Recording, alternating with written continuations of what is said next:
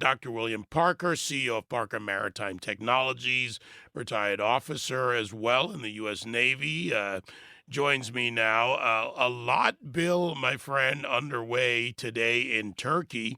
Volodymyr Zelensky is there, some officials from Russia, not Vladimir Putin, uh, NATO members, NATO partners, and more. Secretary of State, as reported. I don't know if anything else has changed on that. So let's work this out together, or better yet, let's let you work it out. Well, David, first of all, as always, it's great to be back on your show again. Look, I think maybe this meeting was a bit of a disappointment because Putin didn't show up, but the reality is it looks like they're able to get some prisoner swaps, maybe about 1,000 on each side. In addition to that, there's talks about the two heads of state meeting. I'm not sure Putin was ready for this, and I'm not sure that Putin wanted to be underrepresented in the world media at a time when President Trump was having successes around the Middle East. And so I think that might have been part of it, was that he just didn't want to be overshadowed by President Trump. No, I think that's a very astute point on, while Trump is, call it, at the top of the game on his way back, that's hard to compete with. And in that sense, Bill, it's poker. You've probably heard me use this analogy over the years that we've been friends. You're playing the person, not the cards. And I think from what I see, this is what's going on here between both Zelensky and Putin. Well, it's Zelensky, Putin, Trump, and Xi. This is really a four-way game going on. It's Xi saying, "Hey, buddy, I'm here for you. Oh, by the way, you're gonna continue to allow my people to cruise into your country and take over small pieces of real estate, but I'm here for you." And in the meantime, Putin is trying to maintain power in Russia, while Trump is having huge successes in the Middle East and kind of globally right now. And so I think this competition is going on. And at the same time, Zelensky doesn't really have a solid story and didn't perform well when he came to the United States last time. What does this look like? And is it really just optics and maybe somewhere in between? The fact that this is playing out in Turkey now, over the years, you and I have discussed the complexity of Turkey, and thanks to you, we have a greater understanding in the audience of the various players. It's not just Erdogan, but various political aspects in Turkey, and of course now in a new age where the bridge to Europe, between Europe and the Middle East and the NATO components of this, I would say are arguably a bit more complex. Well, as we know, Turkey is where Europe meets Asia at the Bosphorus.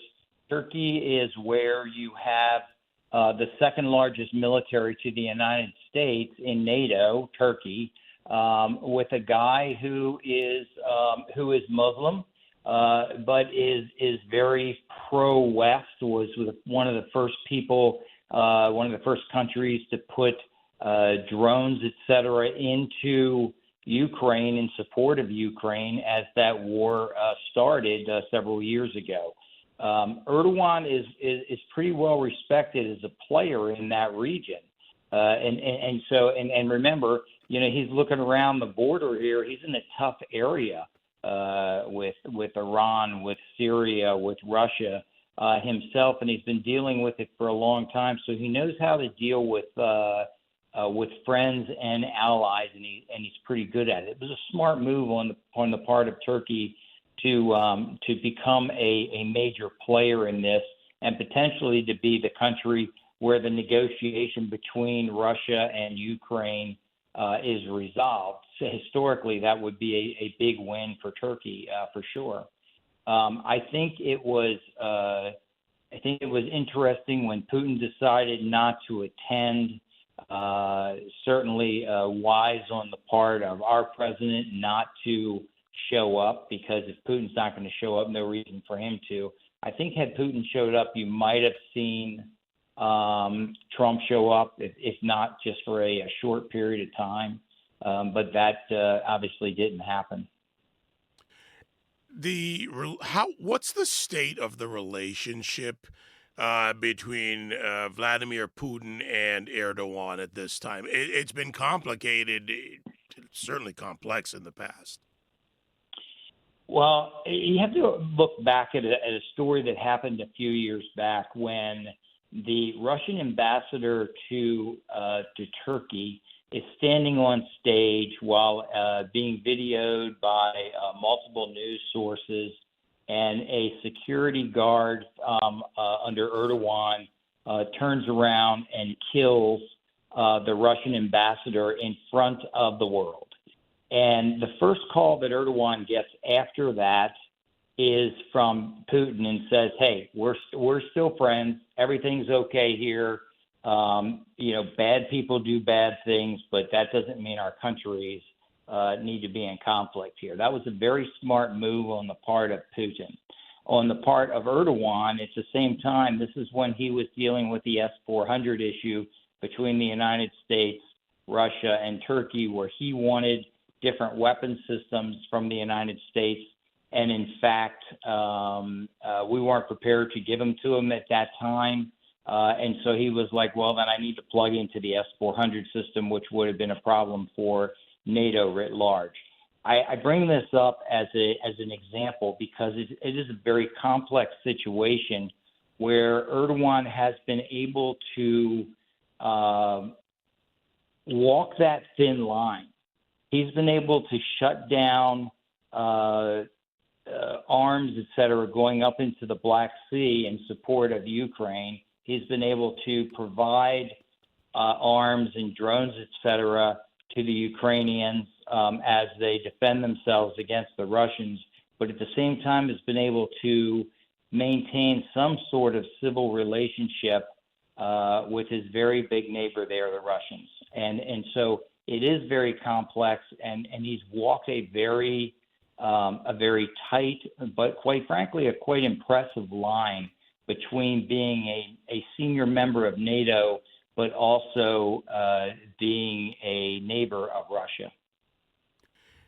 When we look at the president who's now on his way back to the United States after what I would, for my purposes, call the dime strategy trip. I mean, if you think about the instruments of national power that you and I have discussed and you've participated in forums over the years, with diplomacy, especially with economic being a big part of this in the investments and what could be arguably a couple $1 trillion more by the time the final numbers come in economic cooperation, investments, and more. How could that factor in as a counter to China, possibly a stronger signal to Russia, or some kind of signal, stronger or otherwise, to Russia, and maybe get us to a point where, as Trump said, he stated this while in Abu Dhabi, that if he was going, then Vladimir Putin would show up. Is there some progress or potential path out of the trip to having that leverage to use that political capital? Well, remember that Trump didn't get the red carpet treatment when he went overseas. He got the purple carpet treatment. He got the royal carpet treatment. He got people that were heads of state, that were major players, not only in the Middle East, but around the globe, that were saying, you are the president of the world, not just the president of the United States. That's about as much respect as you can possibly get in a visit like this. He crushed it, quite frankly, absolutely crushed it. From a diplomatic, information, military, economic, financial intelligence, and law enforcement perspective, I think he's using all of those instruments of national power right now, and quite successfully. Is he getting pushback internally within the United States? Of course, and that's a political issue that probably every president will have to deal with for a very long time to come, whether they're Republican or Democrat. But that said, I think the successes of this trip will pay off for a very long time to come, not only for Trump, the individual, Trump, the president of the United States, but for the country writ large.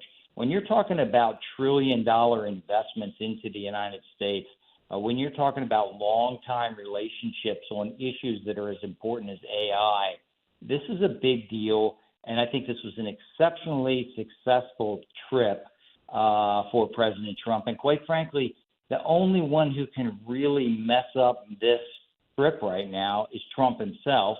If some statement is made that is inappropriate, but my guess is he won't do that at this point. I think he'll move on to the next part of his agenda. I think that Kash Patel and Pam Bondi will do well at continuing to go after the criminals internal to the United States.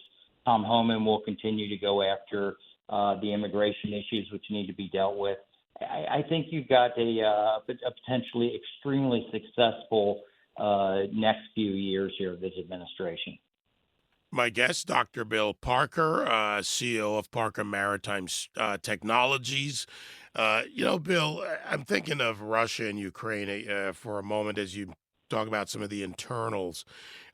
An issue in Ukraine, certainly for Zelensky to consider. Their infrastructure as a country, as a society, is severely degraded, not just because of the war, but of the various issues, corruption and failures prior to the war.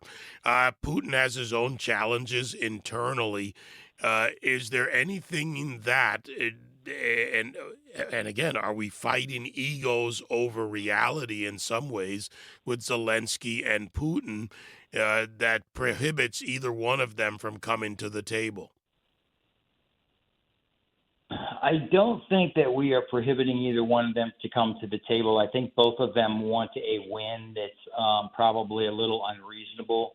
The interesting thing to me is that nobody is really talking about the Budapest Agreement. Nobody's talking about the fact that the agreement that was signed by President Clinton, signed by the former head of the Soviet Union, by the former head of Ukraine, and many other countries, which said, Ukraine, if you give up your nuclear weapons so that we have control as the wall falls and there's not too many countries with nuclear weapons here. If you give those up, we, the United States, Russia, and everybody else who's a signatory, to include the United Kingdom and others, will ensure your safety and security. Well, not only did Russia not ensure their safety and security, but went the other direction and were actually the cause of the lack of their safety and security. Now, that said, there are some things that the Ukrainians did not do over the years that had they done, they would have been part of NATO by now. And they did not do those.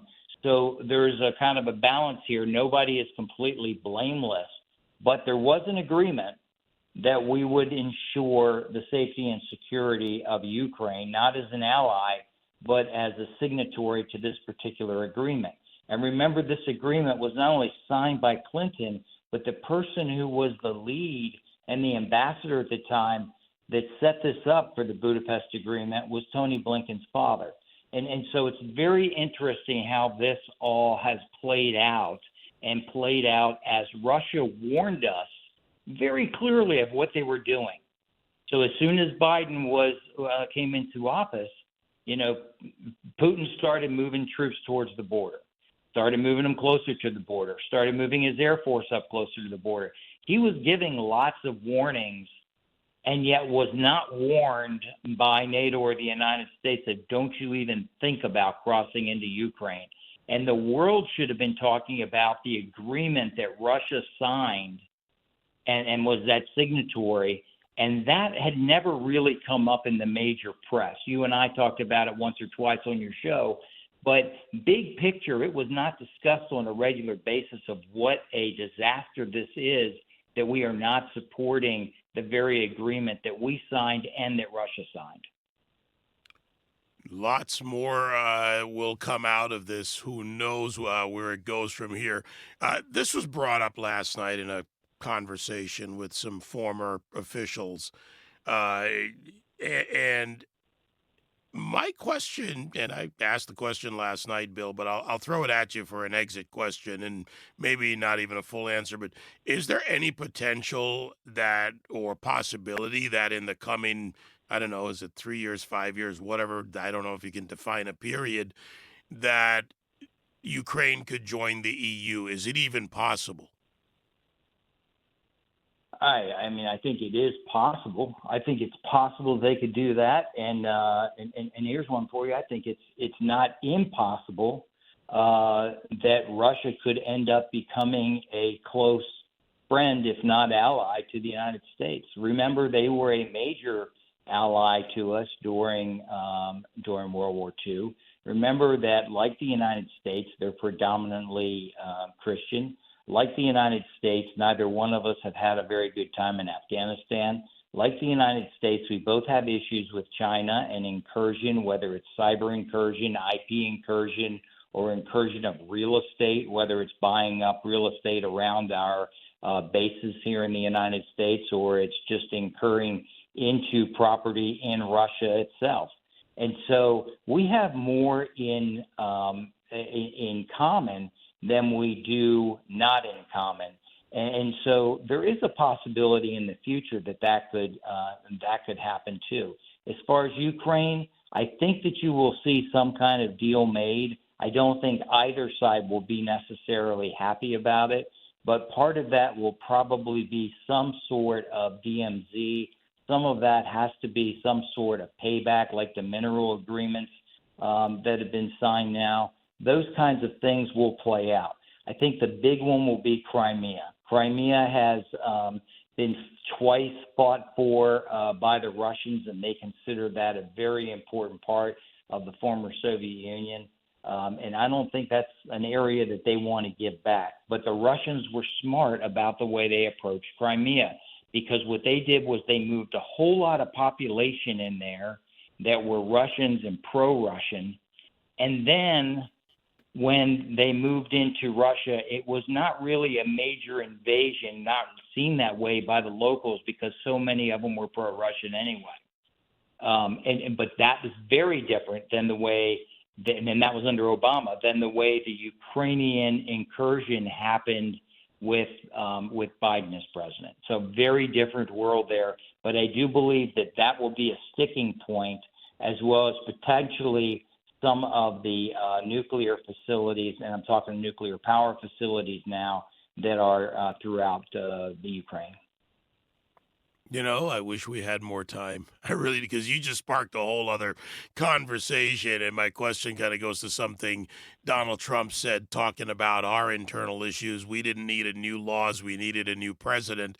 I wonder if, to your point, the similarities between us and Russia would only require that there be a new leader who's willing to do it, not maybe Vladimir Putin. But let's wait that one out and see what happens. Okay, sounds good. David, always great to be on your show. Always great to have you here, Bill, and appreciate it. And again, for everyone out there, it is a course load. I always remind people of this on our off air. Bill's book, Guaranteeing America's Security in the 21st Century, which is also taught at the Naval Academy, is a read. It's a course load that you should engage in on your own. But Dr. William Parker, CEO of Parker Maritime Technologies, and my friend, I thank you so much. Pleasure was mine. Thank you.